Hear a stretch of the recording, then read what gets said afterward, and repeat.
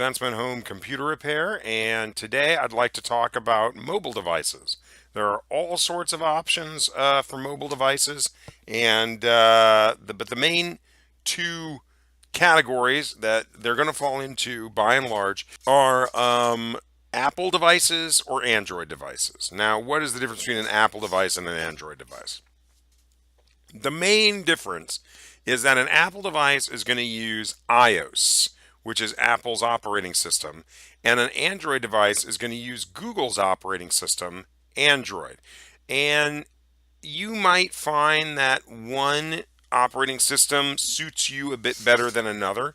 And what I would recommend before you buy anything is see if you can find a friend who has these phones, one of these phones, and play around with it and see which operating system is easier for you to navigate in and around.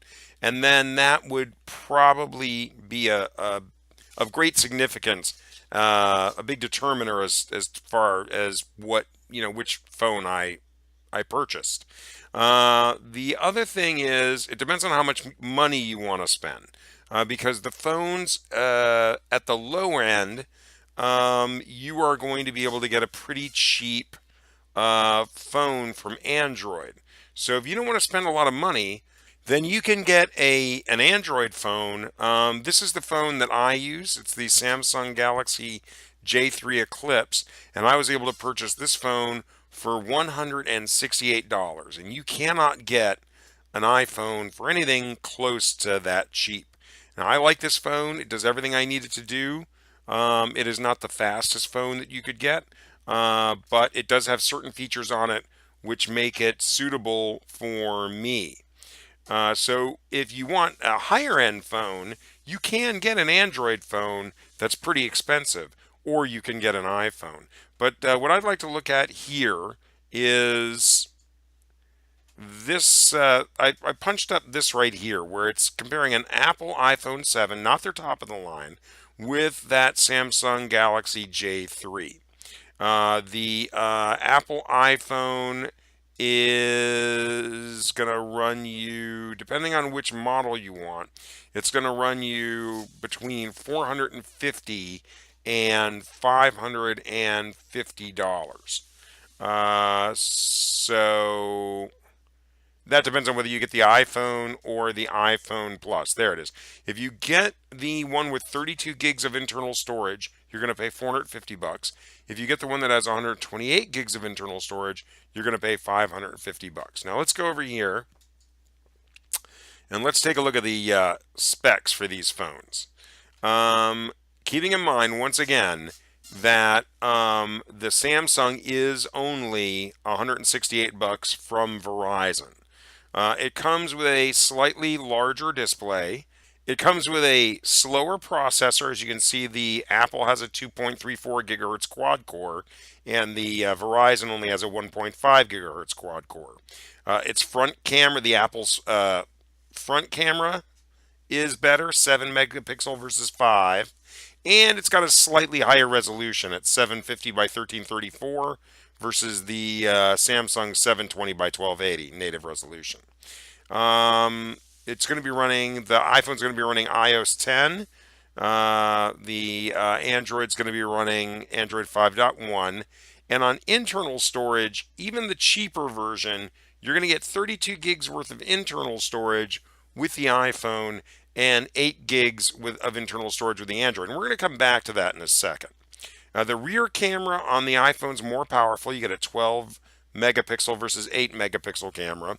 One bonus with the Samsung is you get a higher capacity battery, a 2600 milliamp battery versus the 1960 with the Apple.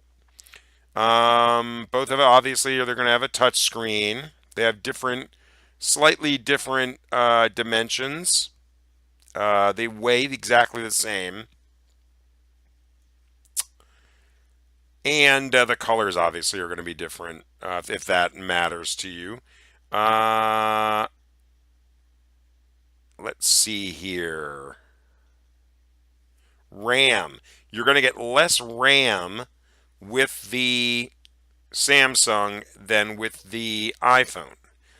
And I have noticed with my Samsung, it is not the fastest phone that I've ever used. But it's fast enough to do what I need to do, which is surfing the internet, getting my email, taking down calendar, filling up a calendar with appointments, things like that, online shopping, things like that. Now, here's what's key. If you notice right here, the Apple has 32 gigs worth of internal storage versus the Samsung's measly 8 gigs. And you would think, well, that would be it. You would absolutely want the Apple because it has 4 times the storage. But the thing is it has 4 times the internal storage. And if you notice right here, it has no expandable storage. Because Apple wants you to subscribe to their cloud storage, they do not put expandable storage in their phones. So if you go for the $440 iPhone, you're only going to get 32 gigs of storage and you're not going to be able to expand that.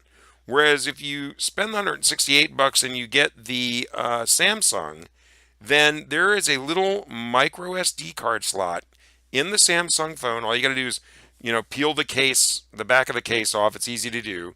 And then you can slot in a micro SD card and you can put in as much as 128 gigs of additional expandable storage, which I have a 64 gig card in my phone, and I'm able to put all my music on my phone and carry it around. And if I wanted to, I could carry a bunch of different SD cards and just swap them out in the phone as I needed to, depending on, what set of data that I needed.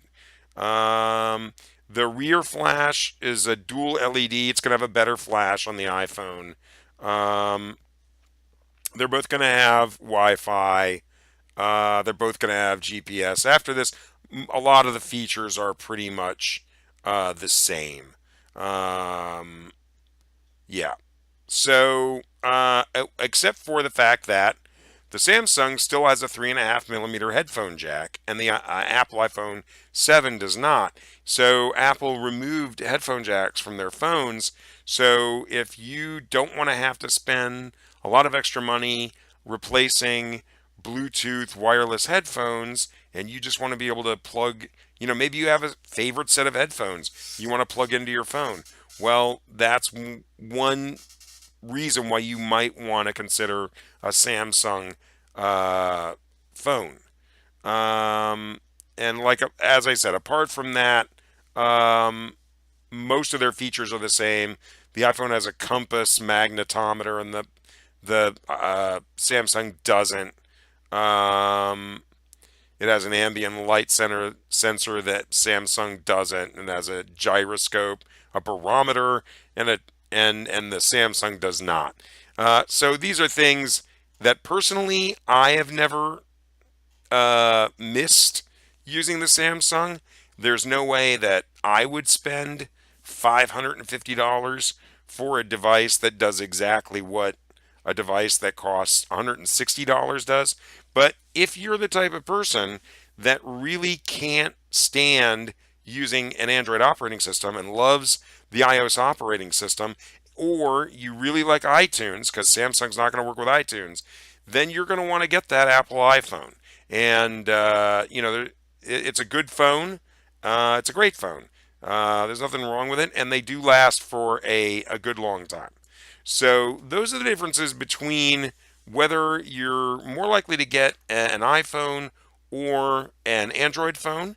You can go to your local cell phone provider. They can let you try them out. You can surf around with them, and just what you want to do is make an informed decision, shop around a lot, compare prices, and try and get the best phone for your money because retailers will have different prices on these phones.